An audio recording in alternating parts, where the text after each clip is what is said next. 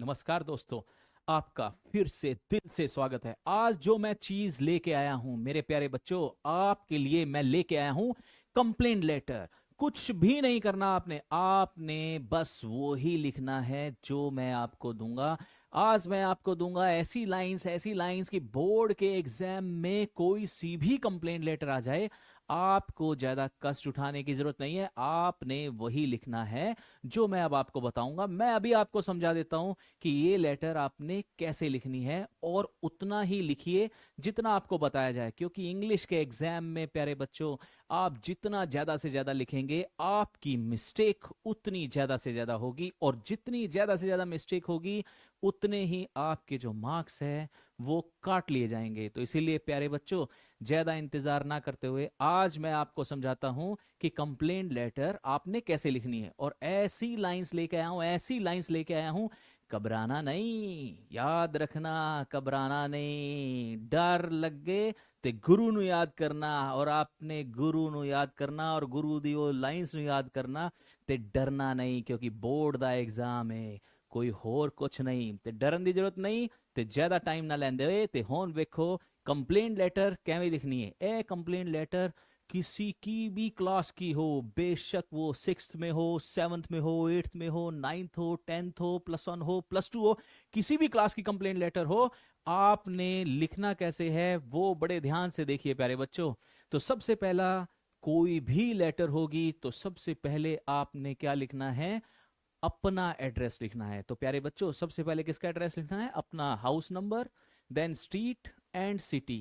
तो प्यारे बच्चों, ये जो वर्ड्स हैं ये आपको लिखने की जरूरत नहीं है, स्ट्रीट लिखने की जरूरत नहीं है, सिटी लिखने की जरूरत नहीं है। आपने केवल सिटी का नाम लिखना है। तो प्यारे बच्चों, क्या लिखना है, आपने सिटी का नाम लिखना है। और यहां पर क्या है प्यारे बच्चों, डेट। अब डेट में याद रखिएगा, ये DATE अगर आप नहीं लिखेंगे तो भी चलेगा, बस आपने उस दिन की डेट डालनी है जिस दिन आप ये लेटर लिख रहे हैं।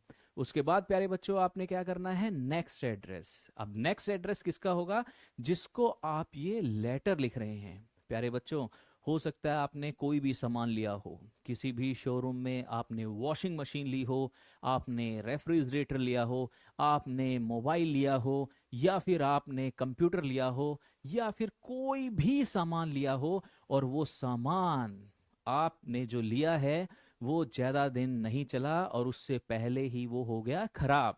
तो जब भी कोई ऐसा प्रोडक्ट आप खरीदते हैं और वो खराब हो जाए, तो उसके लिए फिर आपको करनी होती है कंप्लेन। क्या करनी होती है प्यारे बच्चों, कंप्लेन।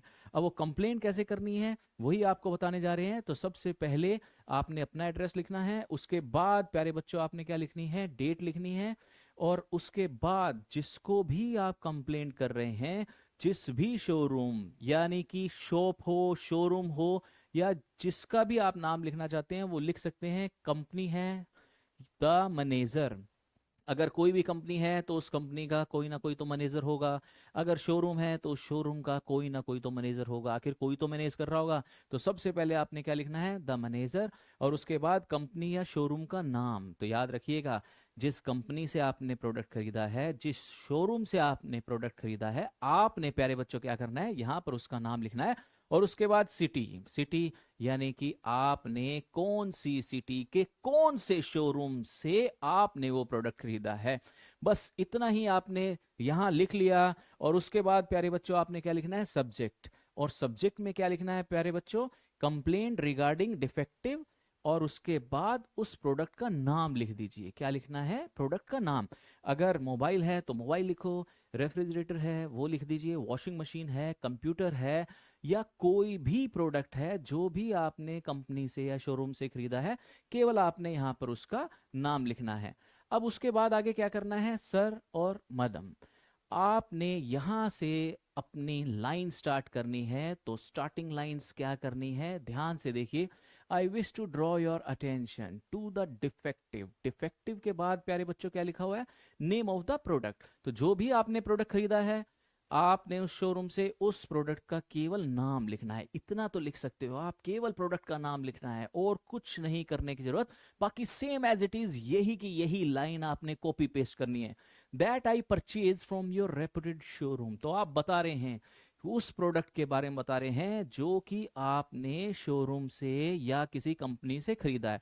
और यहां पर देखिए ध्यान से, ऑन, उसके बाद डेट।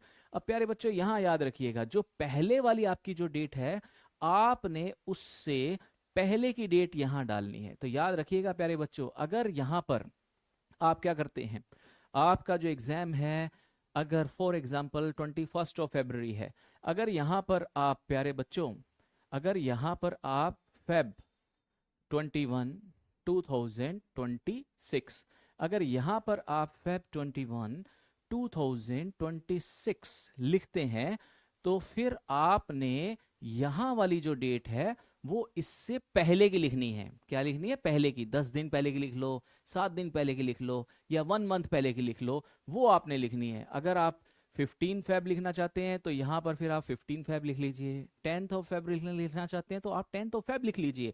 लेकिन ये जो डेट होगी, जो लेटर वाली डेट है, उससे पहले की डेट होगी। क्योंकि प्यारे बच्चों याद रखिए, प्रोडक्ट आपने पहले खरीदा है, प्रोडक्ट आपने पहले खरीदा है और लेटर आप बाद में लिख रहे हैं। तो इसीलिए ये प्रोडक्ट वाली डेट उस डेट से पहले की आएगी। इसके बाद प्यारे बच्चों आपने क्या करना है, it is quite disappointing to state that the product has developed serious issues within short span of time. यानी कि आप बता रहे हैं कि ज्यादा समय भी नहीं हुआ और थोड़े ही समय में जो मैंने प्रोडक्ट खरीदा था उसके अंदर बहुत सारी प्रॉब्लम्स आ गई हैं, and is not functioning as expected. तो आप अपने प्रोडक्ट के बारे में बता रहे हैं कि जिस प्रकार से प्रोडक्ट को फंक्शन यानी कि उसके चलने चाहिए थे, उस प्रकार से वो फंक्शनिंग नहीं कर रहा। अब वो प्रोडक्ट क्या है वो आपको पता है, जो क्वेश्चन में आएगा आपने उसी प्रोडक्ट का नाम लिखना है। Despite being a trusted customer of your brand, यानी कि जो मैं हूं आपका कैसा कस्टमर हूं, ट्रस्टेड कस्टमर हूं आपके ब्रांड का। I am facing problem such as, तो मैं प्रॉब्लम्स फेस कर रहा हूं, कौन सी? तो प्यारे बच्चों जो यहां पर जो आप प्रॉब्लम्स लिखेंगे, तो यहां वाली जो प्रॉब्लम्स है आप वो लिखेंगे जो क्वेश्चन के अंदर आपके क्लूज आएंगे। तो याद रखिएगा, क्वेश्चन में जो क्लूज आए वो 2 लाइन के हैं या 3 लाइन के हैं, आप अपनी तरफ से यहां पे केवल एज इट इज वैसा का वैसा लिख लीजिए, ताकि जो भी आपका पेपर चेक करे उसे ये पता लग जाए कि आपको ये लेटर लिखनी बहुत अच्छे ढंग से आती है और आपने बिल्कुल उन्हीं क्लूज का यूज किया है जो आपके क्वेश्चन में आए हैं। तो उसके बाद प्यारे बच्चों आपने क्या करना है, which have caused considerable inconvenience to me and my family, यानी कि जो प्रॉब्लम्स आप फेस कर रहे हैं वो प्रॉब्लम आपने और आपकी फैमिली ने फेस की है, और उस प्रॉब्लम को आप सॉर्ट आउट नहीं कर पा रहे। क्यों नहीं कर पा रहे? क्योंकि जो प्रोडक्ट आपने खरीदा है वो प्रोडक्ट हो गया है डिफेक्टिव। खरीदने के बाद कुछ दिन चला लेकिन उसके बाद क्या हो गया? डिफेक्टिव। उसके बाद आपने क्या करना है, such negligence in quality is not expected from a reputed company like yours, यानी कि आप बता रहे हैं कि इस प्रकार की जो लापरवाही आपकी कंपनी की तरफ से हुई, ऐसा मुझे विश्वास नहीं था। मैं बिल्कुल भी एक्सपेक्ट नहीं कर रहा था कि आपके शोरूम से खरीदी हुई चीज, आपकी कंपनी से खरीदी हुई चीज इतनी खराब हो जाएगी, मैंने बिल्कुल भी नहीं सोचा था। और उसके बाद आगे चलते हैं, I would also like to mention that the product is still under the warranty period, और मैं आपको ये बताना चाहता हूं कि ये जो प्रोडक्ट है अभी भी कौन से पीरियड में है? वारंटी पीरियड में है। तो वारंटी पीरियड में है तो इसका मतलब अब वो कंपनी या शोरूम की ड्यूटी है वो उसको रिप्लेस करवाएंगे या रिपेयर करवाएंगे। देयरफॉर आई रिक्वेस्ट यू, इसीलिए मैं ਤੁਹਾਡੇ ਨਾਲ या ਤੁਹਾਨੂੰ विनती करना ਪਿਆ, हथ जोड़ के विनती करना ਪਿਆ, किस ਗੱਲ ਦੀ विनती करना ਪਿਆ, to kindly arrange for its immediate repair or replacement at the earliest। या ਤੇ ਰਿਪੇਅਰ ਕਰ ਲੋ ਤੇ ਜਾਂ ਫਿਰ ਇਹਨੂੰ ਰਿਪਲੇਸ ਕਰ ਲੋ, ਦੋਨਾਂ ਵਿੱਚੋਂ ਕੋਈ ਵੀ ਇੱਕ ਚੀਜ਼ ਕਰ ਲੋ। ਮੈਂ ਕੀ ਕਿਹਾ? या ਤੇ रिप्लेस करो या रिपेयर करो। I hope you will treat this matter as urgent and take prompt action to resolve my complaint without further delay, यानी कि बिना देरी किते तुसी क्विक की करना है, तुसी बिल्कुल क्विक एक्शन उठाना है और जल्दी तो जल्दी मेरी जिड़ी समस्या है यानी कि जो मैं प्रॉब्लम फेस कर रहा हूं उसको रिजॉल्व करना है। तो as it is same lines आपने प्यारे बच्चों लिखनी है अपनी तरफ से, केवल आपने एक या दो लाइन, और वो भी वो लाइन लिखनी है जो आपके क्वेश्चन में आएगी। और आप देखिए अगर लेटर आ गई कंप्लेंट की तो full out of full marks, जितने नंबर की आपकी लेटर आएगी आपके पूरे में से पूरे मार्क्स आएंगे। लास्ट में आपने ये लाइन ऐड करनी है, I shall be highly oblige for your quick and positive response. ते मैं थोड़ा ऋणी रहांगा यानी कि एप्रीशिएट करांगा अगर तुसी की कितना क्विक एंड पॉजिटिव रिस्पॉन्स दिता, ते बिल्कुल की करांगा ओबलाइज करांगा, और ना दिता ते फिर जो होएगी ओ वेखी जाएगी ठा ठा ठा ठा, दुनिया दी ठा ठा ठा ठा। Thanking you yours faithfully x y z. तो प्यारे बच्चों यहां जो एक्स वाई जेड किया हुआ है, ये एक्स वाई जेड इसलिए किया हुआ है अगर कोई नाम नहीं है क्वेश्चन के अंदर तब एक्स वाई जेड किया हुआ है। याद रखिएगा जो क्वेश्चन में नाम दिया हुआ है you are Rakesh, you are Rahul, तो वहां पर उस समय आप राकेश या राहुल हैं तो वही नाम के जो आप साइन करेंगे वो यहां करेंगे। लेकिन याद रखिएगा अपना नाम नहीं लिखना प्यारे बच्चों, आपने अपना नाम नहीं लिखना। तो मुझे पूरी उम्मीद है कि जो मैंने अभी आपको कंप्लेंट लेटर सिखाई और जो बताई आपको बड़े अच्छे ढंग से समझ में आ चुकी होगी। फिर भी अगर आपको कोई डाउट हो प्यारे बच्चों, अगर किसी भी प्रकार का कोई डाउट होता है तो कमेंट बॉक्स में जाके आप कमेंट कीजिए, आपके डाउट का जो भी सॉल्यूशन होगा वो निकाल दिया जाएगा। तो आगे देखिए इस प्रकार से ये लेटर है, आप फोटो ले लीजिए, पहले तो इसकी ले लीजिए, इसकी फोटो अच्छी तरह से खींच ली होगी आपने फोटो, बिल्कुल सही ढंग से आप देखिए। सबसे पहले क्या है, हाउस नंबर, हाउस नंबर अपने घर का नहीं देना, हाउस नंबर आपने कुछ भी दे देना है एक्स वाई जेड। स्ट्रीट जो भी क्वेश्चन में दी गई है उसमें आपने लिखनी है। सिटी अगर क्वेश्चन में दी गई है तो लिखना है। अगर क्वेश्चन में बाय चांस एड्रेस नहीं दिया तो उस समय प्यारे बच्चों आपका एड्रेस होगा एग्जामिनेशन हॉल। क्या होगा, एग्जामिनेशन हॉल। फिर आपने वहां पे लिखना है एग्जामिनेशन हॉल, और सिटी में एक्स वाई जेड सिटी कुछ भी कर देना, लेकिन अपनी, याद रखिएगा क्वेश्चन में दिया है तो वही एड्रेस लिखना है, अपने घर का एड्रेस आपने नहीं लिखना। उसके बाद प्यारे बच्चों आपने क्या लिखनी है, डेट लिखनी है। फिर आप क्या कर रहे हैं, डेट के बाद जिसे आप लेटर लिख रहे हैं यानी कि मैनेजर को लिख रहे हैं, द मैनेजर, कंपनी या शोरूम जो भी है आपने उसका नाम लिखना है, और फिर वो सिटी, जिस सिटी के अंदर ये शोरूम है आपने उसका नाम लिखना है। उसके बाद देखिए प्यारे बच्चों सब्जेक्ट, सब्जेक्ट में आपने क्या करना है, कंप्लेंट रिगार्डिंग डिफेक्टिव। यहां पर बेटा जो भी आपके क्वेश्चन में प्रोडक्ट हो आपने उस प्रोडक्ट को लिखना है।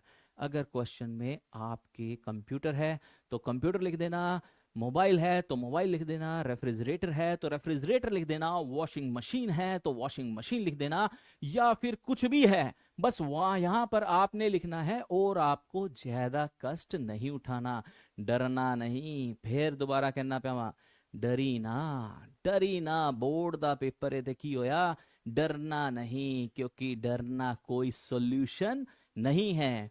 तो अगे देखो सर मदाम, यहां पर कोमा आपने नहीं लगाना तो इसको मत लगाइएगा, क्योंकि कोमा लगाने की जरूरत नहीं है, क्योंकि आपने ऊपर कहीं पे भी कोमा का यूज नहीं किया हुआ। अगर यहाँ पे कहीं कोमा का यूज नहीं है तो इस कोमा को आपको लगाने की जरूरत नहीं है।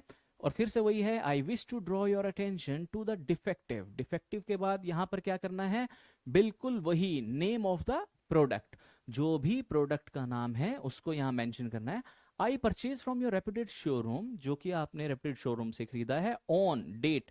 अब यहाँ पे वही डेट आएगी, ध्यान रखना प्यारे बच्चों, जो डेट आप यहाँ लिख रहे हैं इससे पहले की डेट जो भी होगी वो यहाँ लिखनी है।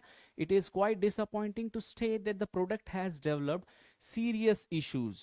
तो क्या है, जो ये प्रोडक्ट खरीदा है इसने काफी सीरियस इश्यूज क्रिएट करे हैं within short span of time and is not functioning as expected. वही चीज कि जैसा मैं एक्सपेक्ट कर रहा था वैसा हुआ नहीं।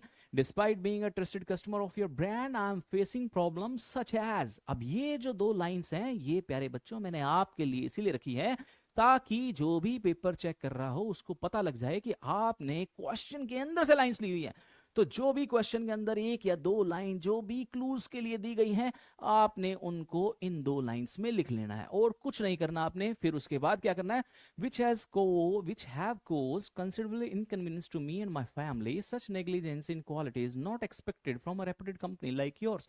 आपको पहले ही बता दिया कि इस प्रकार की लापरवाही मैंने बिल्कुल नहीं सोची थी कि आपकी शोरूम या कंपनी वाले करेंगे। I would also like to mention that the product is still under the warranty period. अभी भी ये जो प्रोडक्ट है वारंटी पीरियड में है। Therefore I request you to kindly arrange for its immediate repair और रिप्लेसमेंट एट द अर्लीस्ट।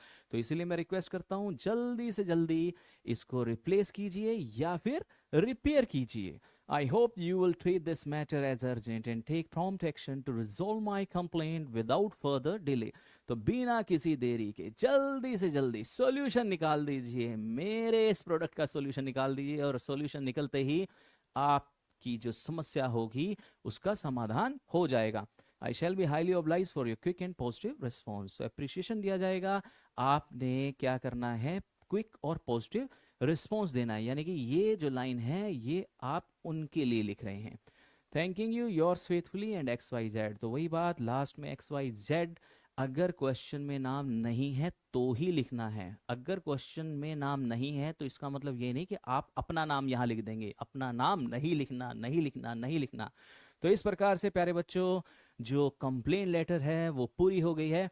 तो ये कंप्लेन लेटर मैं आपके लिए इसलिए लेके आया था और ये खासकर उन बच्चों के लिए है जिनके पास language and literature English 10th class की है, लैंग्वेज लिटरेचर, क्योंकि उनके सिलेबस में कंप्लेन लेटर दी गई है।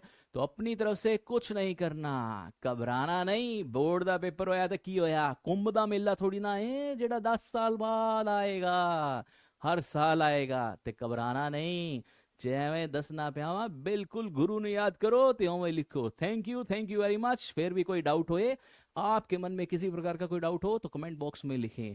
धन्यवाद। Thank you.